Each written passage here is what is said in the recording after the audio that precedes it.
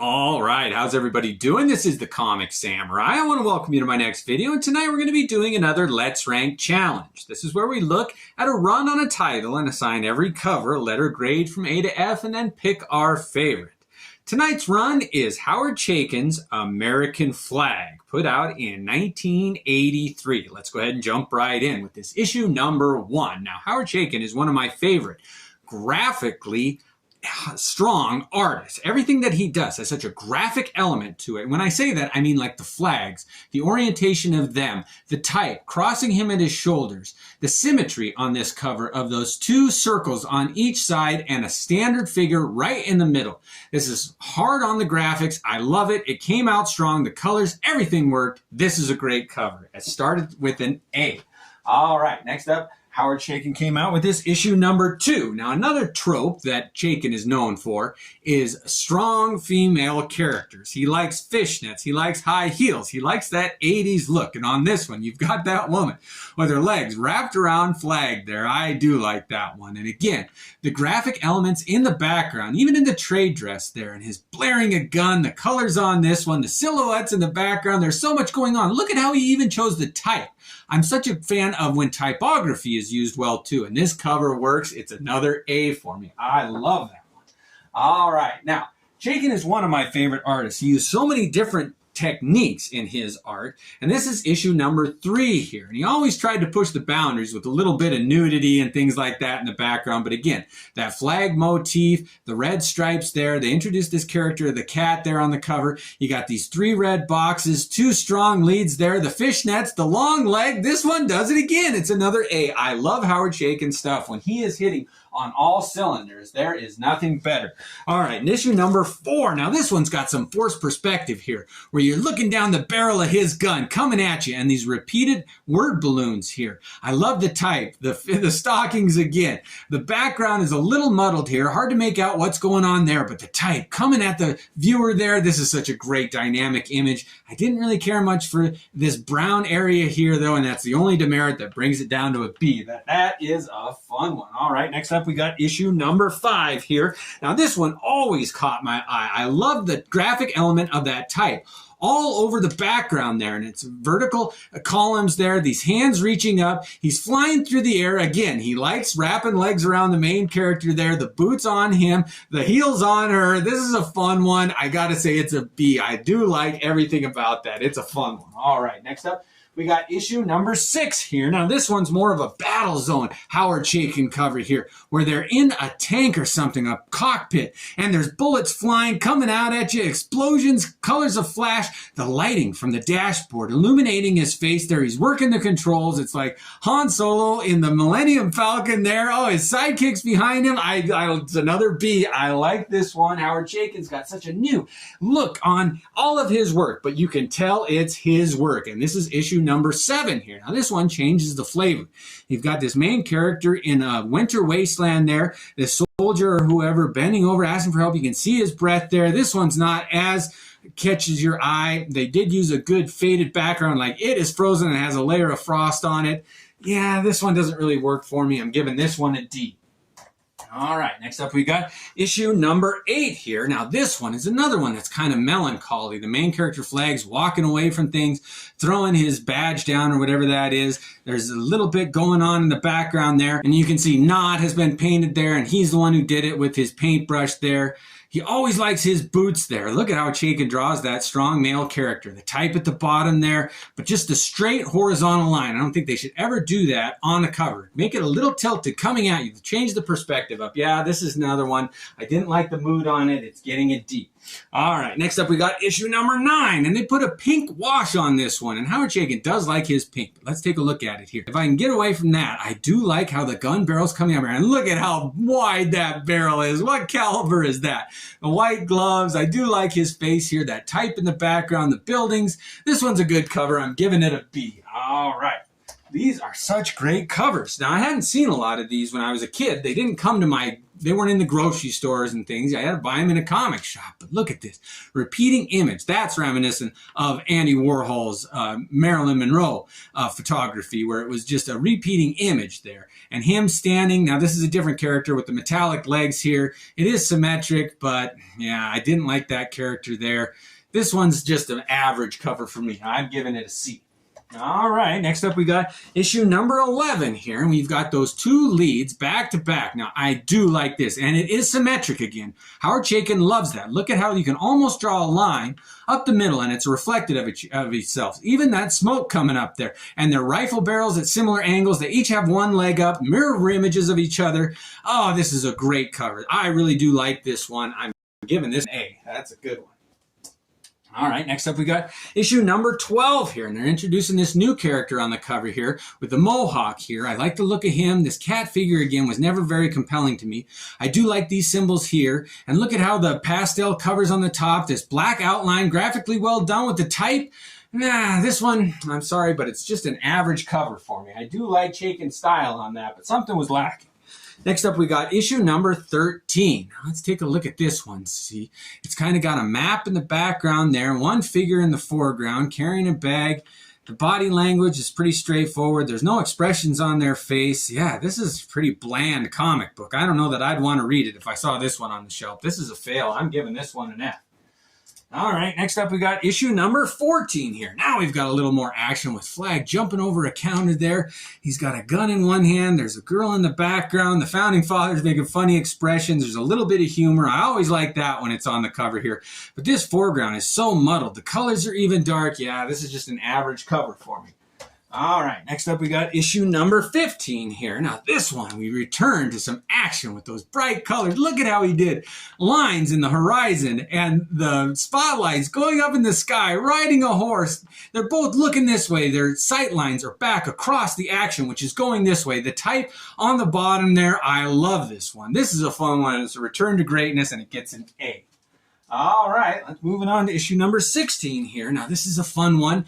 Chaykin always liked those upskirt shots there where the girl's legs are in the air and the pantyhose and the high heels. What a trope. Now, the Wild West type at the bottom, that does work. The colors of the brown, it's like you're in a saloon. It's like a saloon fight here. This is a fun one. It's interesting. I'm giving it a B. I always like fun covers where you're like, yeah, I imagine I'm in the bar fight with it. Next up, we got issue number 17 here, and he was continuing that Western trope. You can see he's got a cowboy hat on and this billboard in the background with the type there. I do like his gloves and these things hanging down here, how the action is kind of swirling, the details on his jacket here. This is kind of a fun cover. I'm giving this one a B. All right. Next up, we got issue number 18 here. Now, this one, we've got a little bit of bondage here with this female figure tied up and gagged, and we've got him fighting off whoever it is coming in the foreground. This arching leg here. Somebody's fallen. The grass coming up. I like this issue here. It's kind of a different coloring, too. You don't see that very often. They use this speckle work in the shadow there. This is a dynamic cover. I like this one. I'm giving it a B. Next up, we got issue number 19. Now, this one's a let's get in politics. This was a very politically heavy comic book, and this is like diplomacy here. They're kind of shaking hands, but they both have smoking guns behind their back, like their fingers are crossed or something. And the type on the bottom, I did like that, but the pink there and these signs, when they introduced politics into stories, I never really liked that. It was hard to follow. This is where I started. It was a chore to read these, so I'm giving this one a C. No, you know what? That's a D at the best there. Next up, we got number 20 here. Now, this one, they return to some action and the guns blazing. And I always like that where the characters are moving one way, but the guns are blasting another way. And the rifle flares, the barrel flares. I love that. The type in the background works. This image here is kind of interesting to look at. This one's another fun one. I love it when they bring back the guns and the action. That's what sells the comic book cover for me. This is a C. All right, next up we got issue number 21 here. Now this is kind of an abstract but adult cover. I mean, you got the hiney of the woman shining right at you there, and her nylon stockings, and him holding the gun up. That's a little suggestive. And the background with the posters on the wall there, that cat. This is an okay image. I do like how it was graphically done in here on the female form, and that's giving it a B ranking. I love it when they get creative, and it's not just the in-your-headlights, taillights cover. All right, next up we got number 22 here. Now this one, they did an interesting technique on these background figures here, where the lines are of a lighter weight, so that this figure that's getting punched is coming right at you. You've got this dominatrix type female figure that Chaykin loves. The whip there hitting him. She's holding a machine gun. This is Quentin Tarantino's fetish cover if I've ever seen one there. The high heels, the type on the bottom. I like that cover. It's a fun one.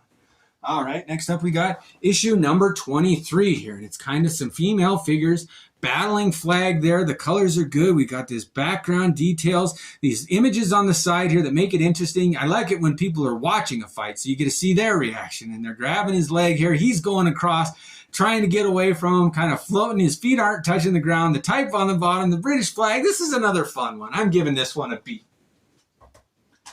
All right, next up we got issue number 24 here. Now this is very reminiscent of Bogart and Casablanca, where he's about to kiss her and Big Ben in the background, the spotlights like it's World War II. You can almost hear the air sirens there, that green kind of London fog lighting, and they're lit strongly from below. Oh, this is a beautiful cover. I do like this one. The use of silhouette, when it's done right, it's just a black shape, but you know it tells a story and sets the setting so well. This is getting an A. I love a simplistic cover that is able to tell a story. All right, issue number 25 is next here, and this tells a story. You got the bullets splattering across, and then they hit him, and the blood explodes. You got these posters in the background repeated here. Stark white, though, to draw your attention to him getting plugged. This type on the background, on the bottom, which was a trope he used. His signature there. This is a pretty cool cover. I like this one. It's getting a B from me. Look at how top-heavy this list is. I do like my Howard Chaykin. Next up is number 26, and this is, again, reminiscent of Casablanca. I think this is the beginning of a beautiful friendship. I mean, they're hugging there in front of the plane, the lighting on the water, it's like it just rained, the embrace of those two characters. This sets a mood. You can tell that they don't want to part. This is a great cover. I'm giving this one an A.